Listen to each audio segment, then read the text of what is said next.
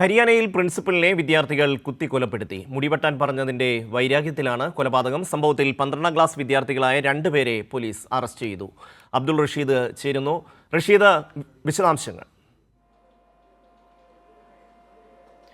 ഷമ്മി, ഹരിയാനയിലെ ഹിസാർ ജില്ലയിലുള്ള കർത്താൽ memorial senior secondary സ്കൂളിലാണ് ഇത്തരത്തിലൊരു പ്രധാന അധ്യാപകനും സ്കൂളിൻ്റെ ഡയറക്ടറുമായിട്ടുള്ള അധ്യാപകൻ ഇത്തരത്തിൽ 2 വിദ്യാർത്ഥികൾ കുത്തിക്കൊലപ്പെടുത്തിയത്. കഴിഞ്ഞ ദിവസങ്ങളിൽ ഈ വിദ്യാർത്ഥികളുമായി ഈ അധ്യാപകൻ വാക്ക് തർക്കത്തിൽ ഏർപ്പെട്ടിരുന്നു. പ്രധാനമായും ഇത്തരത്തിൽ മുടി ചീകണമെന്നും അതോടൊപ്പം വസ്ത്രത്തിൻ്റെ ബട്ടണുകളൊക്കെ തന്നെ ധരിച്ച് അച്ചടക്കം പാലിക്കണമെന്നതടക്കമുള്ള ഉപദേശങ്ങൾ നൽകിയതിന് പിന്നാലെയാണ് ഇത്തരത്തിലൊരു പ്രകോപനം ഉണ്ടായത്. ഇതിന് പിന്നാലെയാണ് ഇന്ന് സ്കൂളിൽ എത്തിയ ഉടനെ 2 വിദ്യാർത്ഥികളും ഈ അധ്യാപകന് നേരെ പരാക്രമം നടത്തുകയും പിന്നീട് കത്തി ഉപയോഗിച്ച് കുത്തിക്കൊലപ്പെടുത്തുകയും ചെയ്തിട്ടുണ്ട്.